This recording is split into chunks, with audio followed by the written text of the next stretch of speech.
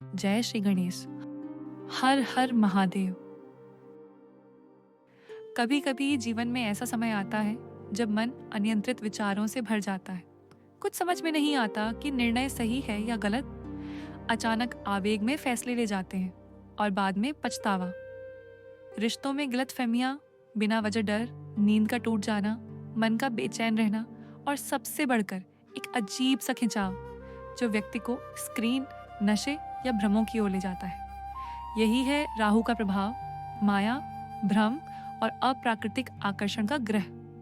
लेकिन याद रखिए, राहु कोई शत्रु नहीं है। राहु वही शक्ति है जो मन को नियंत्रण में रखने पर साधना, सफलता और गहन आध्यात्मिक जागृति दे सकता है। बस इसे सही रास्ते पर लाना होता है। शास्त्रों में कहा गया है कि राहु का निवास स्नानागार माना जाता है। यदि घर का बाथरूम गंदा हो, टाइलों में काई, टूटे हुए नल या टपकता हुआ पानी हो, तो राहु की ऊर्जा असंतुलित होकर मन में भ्रम और तनाव पैदा करती है। इसलिए बाथरूम प्रतिदिन साफ किया जाए, नल में पानी टपकता न रहे, पाइप लीकेज तुरंत ठीक कराया जाए। जब जल नियंत्रित और स्वच्छ रहता है तो राहु शांत हो जाता है। राहु और केतु असुरों के ही अंश हैं और असुर शक्ति माँ दुर्गा के सम्मुख टिक नहीं सकती। इसी कारण चंडी पाठ और दुर्गा सप्तशती का पाठ राहु को संतुलित करने में अत्यंत प्रभावी माना गया है। माँ का स्मरण मन को स्थिर करता है, भ्रम हटाता है और सत्य का प्रकाश देता है। यदि प्रतिदिन पाठ संभव न हो तो सप्ताह में 1 से 2 बार अध्ययन करें। राहु तुरंत लाभ का भ्रम दिखाता है, इसलिए महत्वपूर्ण निर्णय जल्दीबाजी में न ले।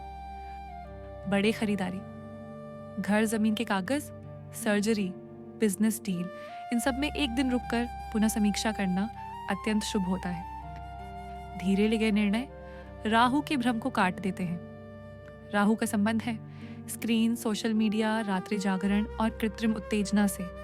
जब मन लगातार स्क्रीन पर रहता है तो राहु मन पर शासन करने लगता है। इससे बचने के लिए फोन और सोशल मीडिया की डेली लिमिट तय करें। ईमेल दिन में केवल निर्धारित समय पर चेक करें। जिस दिन आप अपनी स्क्रीन नियंत्रित कर लेते हैं, उसी दिन आप राहु पर विजय कर लेते हैं। राहु मन को हवा में ले जाता है। उसको संतुलित करने के लिए धरती से जुड़ना आवश्यक है। रोजाना कुछ देर घास या मिट्टी पर नंगे पांव चलना, शाम के समय धीमी श्वास और प्रकृति के बीच शांति से बैठना। शरीर और मन के तालमेल से राहु की गति धीमी और नियंत्रित होती है। राहु छल, पर्दा और रहस्यों का ग्रह है। झूठ बोलने, छुपाने और धोखे से राहु कष्टकारी हो जाता है। सच्चा संवाद, साफ वचन और स्पष्ट व्यवहार राहु को मित्र बना देते हैं। जहां सत्य होता है वहां राहु का भ्रम टिकता नहीं।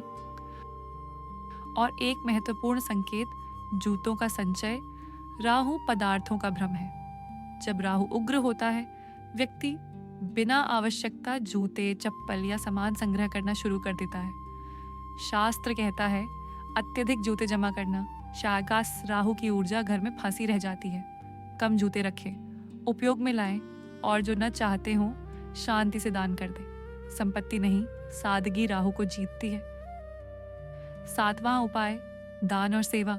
शनिवार या अमावस्या के दिन काले तिल, काली दाल, काले या नीले कपड़े, काला कंबल, इनका दान किसी जरूरतमंद, वृद्धाश्रम या अनाथालय में करने से राहु का विकार शांत होता है।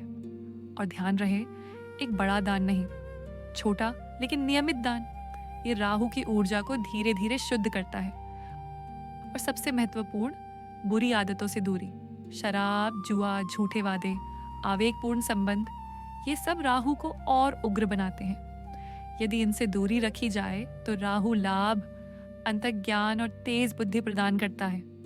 राहु को हराने की कुंजी है स्वच्छता, सत्य, संयम और माँ दुर्गा का स्मरण।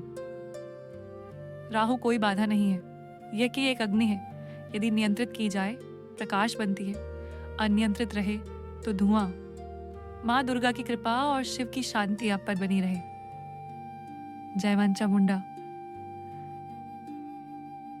यदि आपको ये वीडियो अच्छा लगे तो लाइक, कमेंट, सब्सक्राइब करें और इसे अपने दोस्तों और परिवार के साथ शेयर करें।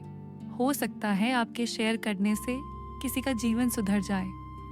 हर हर महादेव।